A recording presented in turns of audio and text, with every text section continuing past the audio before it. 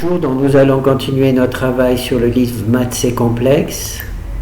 C'est un wikibook. On travaille dans propriétés et applications, déterminants. Alors l'inverse par le déterminant. Alors je vais commencer par le premier exemple.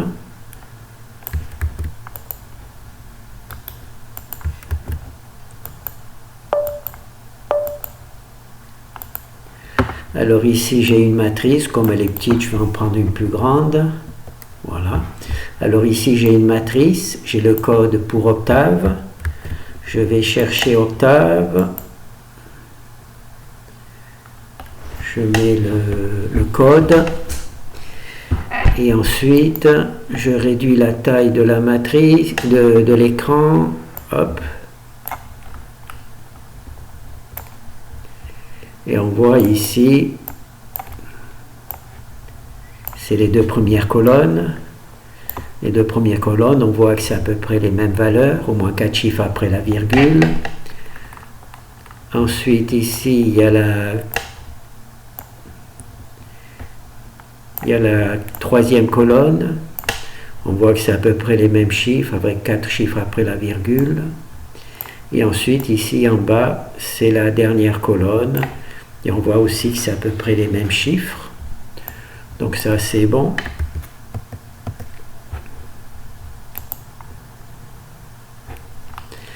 Alors je vais... Donc ici il y a la matrice A, matrice aléatoire. Et ici il y a la fonction inverse. Donc il y a la fonction inverse Gauss-Jordan qui utilise l'algorithme de Gauss-Jordan pour calculer l'inverse. Et la fonction inverse qui utilise le déterminant. Donc je vais mettre une petite virgule supplémentaire, ce qui va créer une erreur. Et ça va me permettre de trouver facilement le code de la fonction. Voilà, là je suis dans le code de la fonction inverse. Alors, on calcule la jointe, on calcule le déterminant, on calcule la jointe. Et la jointe, c'est la transposée des cofacteurs. La jointe, c'est la transposée de la matrice des cofacteurs. Donc, on calcule la jointe. Et on a ici l'inverse de Z. Hein. Z, c'est le déterminant. On calcule le déterminant aussi. Et tout simplement, on multiplie toutes les lignes de la jointe par Z, qui est l'inverse du déterminant. L'inverse du déterminant. Voilà. Alors, là, j'ai fait peut-être une petite erreur. J'aurais dû utiliser cette fonction qui aurait calculé l'inverse sur toute la matrice, l'inverse du déterminant sur toute la matrice, et j'aurais pas eu besoin de créer cette boucle. Mais j'ai fait ça parce que, en fait, cette fonction-là fait partie des 3 fonctions de l'algèbre linéaire, c'est-à-dire multiplier une ligne par un nombre complexe. Voilà. C'est pour ça que j'ai utilisé, ça m'a obligé de compliquer un peu la fonction. Voilà. Alors, pour calculer l'inverse, on a la matrice A, on en calcule le déterminant, donc ça fait Z. On calcule la jointe, on prend l'inverse du déterminant et ensuite on multiplie toutes les lignes de la jointe par l'inverse du déterminant. Voilà. C'est comme ça qu'on calcule l'inverse. Donc ça c'est bon. Voilà, on va en faire une autre. Hop. Alors, Octave, on va réduire. Alors, pour réduire, il faut faire ça.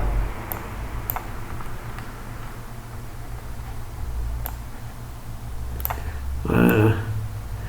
Oh là. Et on voit qu'on a à peu près les mêmes lignes. Hein. 25 247, 25 247. 429, 70, 429, 70. Voilà. Donc ça, c'est pour les deux premières colonnes. La troisième colonne, elle est cassée ici. Voilà. Voilà la troisième colonne. 65, 179. 65, 179.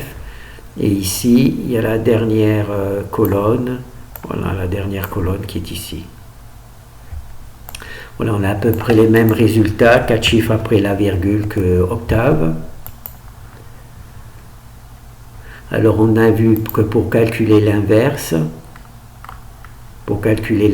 c'est cette fonction avec le déterminant. Alors on calcule d'abord le déterminant. Ensuite, on en calcule l'inverse et on multiplie toutes les lignes de l'adjointe par l'inverse du déterminant. Donc là, j'ai pas fait fort, hein, comme je vous ai dit. J'aurais mieux fait d'utiliser cette fonction qui m'aurait permis de supprimer la boucle for, qui normalement fait le même travail puisqu'elle multiplie toute la matrice par Z. Bon, j'aurais pu faire ça, mais je ne l'ai pas fait. Tant pis. Donc là, c'est bon.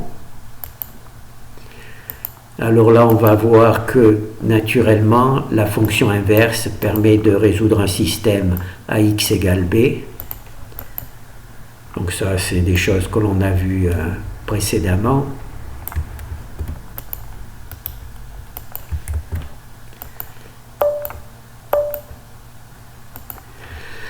Alors, ce que l'on veut, c'est trouver un x tel que ax égale b. Hein, c'est tout simplement résoudre le système ax égale b.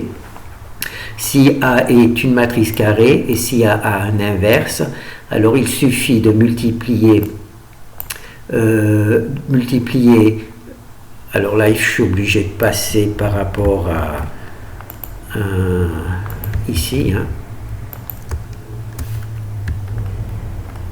Alors, si A a un inverse, donc je peux multiplier par l'inverse de A à droite, à gauche, pardon, et à droite, voilà. Et donc, ces deux-là, ça donne la matrice identité, et donc, j'obtiens bien X. Ce que je veux, c'est trouver un X tel que AX égale B, voilà. Et là, il suffit de calculer cette valeur-là, et on aura bien le X qui est AX égale B, voilà. Et ensuite, on vérifie le résultat en multipliant A par X pour voir si on retrouve bien B. On va multiplier A par X pour voir si on retrouve bien B. Alors ici, il y a notre matrice A. Ici, il y a notre vecteur B. On n'a pas besoin de construire de système AX puisque on va prendre l'inverse de A. Donc ici, on a calculé l'inverse de A. Ici, on a multiplié l'inverse de A par B. Hein, on n'a pas besoin de construire un système par rapport à Gauss-Jordan où il faut construire un système. Et ici, on a B du départ. Et ici, on a B en multipliant A par X. Alors, ce que l'on veut, c'est trouver un X de telle manière que A multiplié par X égale B. Alors, si A est une matrice carrée, et si A est inversible, alors on peut trouver un X en utilisant l'inverse de A multiplié par B. Hein, c'est ici, hein, pardon. Voilà. On prend l'inverse de A. On le multiplie par la gauche, donc on est obligé aussi de le multiplier sur la droite. Voilà. Là, ça nous donne la matrice identité, et donc on a bien cette valeur-là pour x. Et ensuite, eh bien, on va multiplier A par x pour voir si on ne trouve bien B. Alors là, il y a A, là, il y a B. Là, on calcule l'inverse de A. Là, on multiplie B par l'inverse de A. On multiplie l'inverse de A par B. On obtient cette valeur pour x. Et quand on multiplie, quand on multiplie A par X, on obtient bien les mêmes valeurs. Donc c'est bon. On va voir ça dans le code. On va fermer celui-là. Alors ici, on a notre matrice A. Alors, ici, on construit B, hein, on donne une valeur aléatoire. Alors ici, on construit une matrice A de telle manière que le déterminant ne soit pas nul, hein, au moins la partie réelle. Pourquoi? Parce qu'on va en calculer l'inverse, et si le déterminant est nul, elle n'est pas inversible. Alors ici, on affiche A, on affiche B. Ici, on calcule l'inverse de A. Normalement, il doit toujours avoir un inverse grâce à cette petite boucle for. Donc, on calcule l'inverse de A. Et ici, on multiplie l'inverse de A par B et on obtient X. Hein. L'inverse de A par B, on obtient X. Et ici, on affiche B. Et ici, on affiche AX, c'est-à-dire qu'on multiplie A par le X. C'est égal à T. Et en fait, T, c'est égal à B. Voilà. Donc ce que l'on cherche, c'est ici, c'est un X tel que AX égale B. Si A est une matrice carrée, si A est inversible, alors il suffit de dire que X est égal à l'inverse de A multiplié par B. Et ensuite, ici, cette partie-là, on va simplement multiplier A par X pour voir si on obtient bien B. Voilà, A, B. On a l'inverse. On obtient X avec l'inverse de A et plus multiplié par B. Et là, quand on a B, quand on multiplie A par X, on obtient B. C'est ici, on multiplie A par X et on obtient T. Et en fait, le T, c'est le B du dessus. Voilà.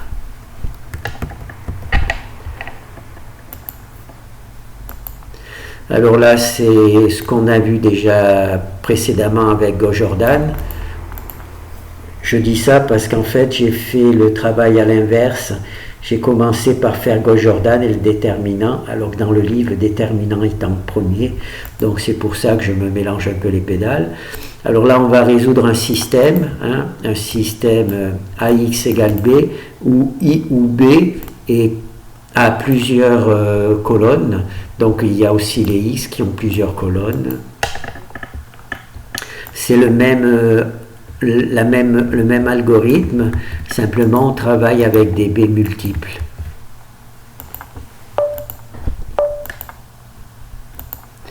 Alors ici on a une collection de systèmes linéaires, le premier, le deuxième, le troisième, d'accord? Alors ce qu'on peut écrire, c'est cette égalité de cette manière. Comme tous les A sont identiques, la seule chose qui change c'est x1, x2, b1, b2. Donc là on réunit tous les x1 de ce côté et les bn de ce côté et là les xn. Et naturellement on peut dire que x c'est égal à x1, x2, xn et grand B c'est égal à b1, b2, bn. Voilà. Et donc on a B c'est l'ensemble des B et grand B c'est l'ensemble des B et grand X c'est l'ensemble des petits X. Alors ce que l'on veut c'est trouver un X tel que AX égale B. Alors si la matrice A est carrée, si elle est inversible, on peut obtenir ce X là avec l'inverse de A. D'accord? Et ensuite on va simplement vérifier que si on multiplie A par X, on retrouve bien B. La différence, c'est que les B seront multiples et les X aussi seront multiples. Alors ici, il y a A. Ici, il y a B. Alors il y a B1, B2, B3, B4, B5. Alors ici, on en calcule l'inverse de A. Et donc, on multiplie les X par l'inverse de A. Hein? On obtient X en multipliant l'inverse de A par tous les B. Il y a plusieurs B, 1, 2, 3, 3B.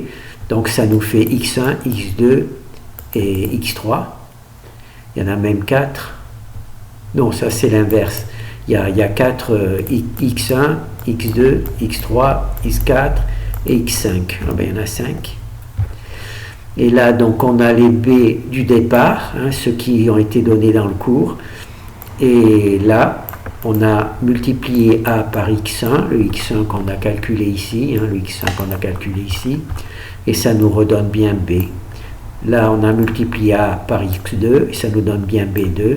Là, on a multiplié par A par Xn et on obtient bien B. Donc on va voir ça.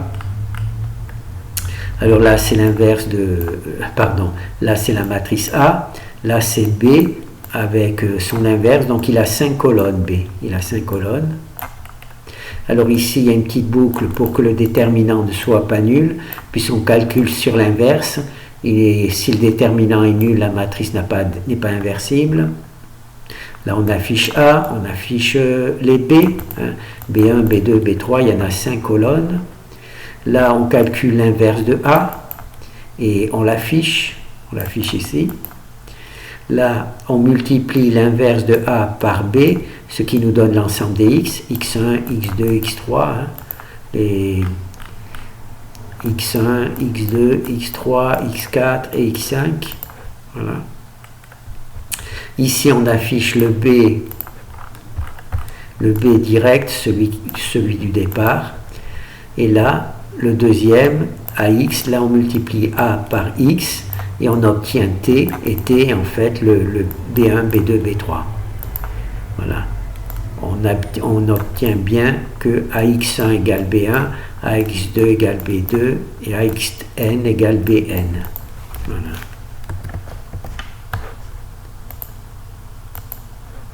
Voilà, donc là c'est l'inverse par le déterminant. Alors on se rappelle, hein, pour calculer l'inverse par le déterminant, alors oui, la fonction inverse, petite erreur, hop, je compile, je supprime l'erreur, je regarde le code. Alors pour calculer l'inverse par le déterminant, alors il faut calculer le déterminant, calculer l'adjointe et multiplier toutes les lignes de l'adjointe par l'inverse du déterminant. Par l'inverse du déterminant, Z étant le déterminant. Et là, donc, on calcule l'inverse du déterminant et on obtient Z. Et ensuite, on multiplie simplement toutes les lignes R1, R2, R3 par l'inverse du déterminant. Et ça nous donne l'inverse de la matrice. On multiplie, oui, l'adjointe, toutes les lignes de l'adjointe par l'inverse du déterminant. Voilà.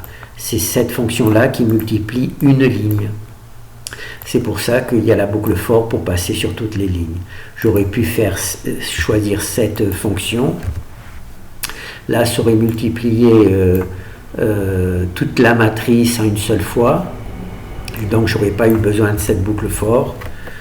Mais comme cette fonction-là, c'est une des fonctions de l'algèbre linéaire, multiplier une ligne par un nombre complexe, j'ai préféré utiliser cette fonction-là puisqu'elle fait partie de l'étude du déterminant. Bon ben voilà, donc là, hop, je vérifie juste que ça marche. Là, ça a l'air de marcher, là, ça a l'air de marcher. Voilà, donc là, on a bien les B, c'est égal à X, au AX, les BN sont bien égales au AXN, donc c'est bon. Voilà. Alors là, on a fini le chapitre des déterminants. Donc normalement, ensuite, eh ben, je vais reprendre les matrices. Je suis parti du plus bas en remontant. Voilà. Merci.